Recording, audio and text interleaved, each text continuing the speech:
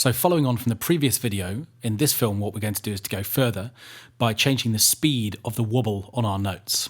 As you probably know, lots of dubstep tracks change the rate at which the LFO syncs to the cutoff frequency of the sound, and we're going to do that down here within the LFO speed by recording automation data for it.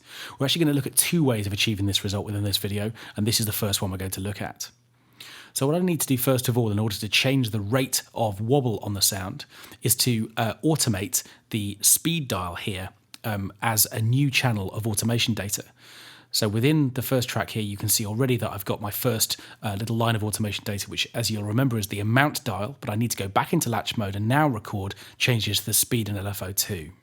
Now, as you'll remember, anything below the DC sort of offline here produces a quantized value. So as I scroll through the various choices here, you can see some of the speeds that I can record. And now I'm going to automate these.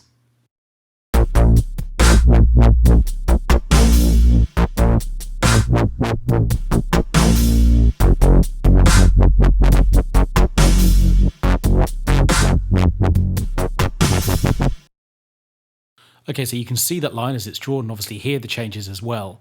Now at the moment they're really messy. It almost doesn't matter though, because all I've done is to introduce that parameter now into Logic, which means that I can now go back into read mode and simply just knock out the points that I don't like and move around the ones that I do like until they're sort of in time with the track.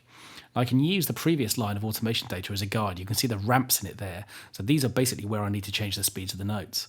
So I can just draw a box by holding down Shift, Control and Alt, and then simply just draw a box around the area where I want a speed change to take place. And then I can just simply modify these speeds so that they're kind of in time with the piece. So I'm just toggling between a few different values here so that we get a change in rate from one held note to the next.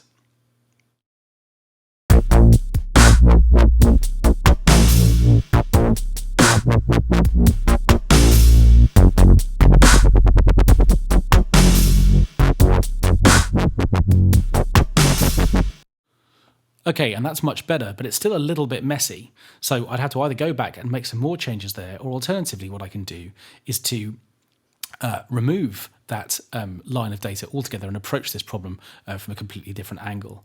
So I've just erased that data, and what I'm going to do instead of creating these changes with automation is instead I'm going to duplicate this track. I'm going to duplicate it 3 times. So I've effectively got an original speed, and then I've got 2 absolute duplicates of the same part. And what I'm then in a position to do is to chop the sequence up. So what I'm going to do is to grab the scissors tool and chop the sequence up. But before I do that, what I'm going to do is to open up the ES2. Remember, I've created duplicates, so these sounds are exactly the same as the original.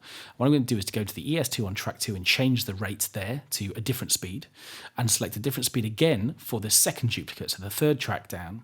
So I've now got my 3 different speeds of bass wobble, and that's the only thing that's different from one sound to the next. Otherwise, they're identical. And once I've created those speeds, I can then grab the scissors tool and chop the sequence up. And I'm going to chop it using the multiple divide option. And then what I'm going to do is to copy these sequences down onto the different tracks.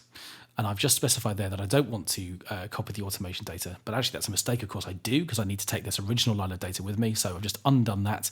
And this time I'm going to use the copy command. So I'm then going to copy this down. Now you might be wondering why I'm copying rather than just erasing. Well, the thing is, of course, if this doesn't work out, I can go back to the originals on track 1. But in the meantime, I'm going to mute those 3. And then let's have a listen to what we've got now.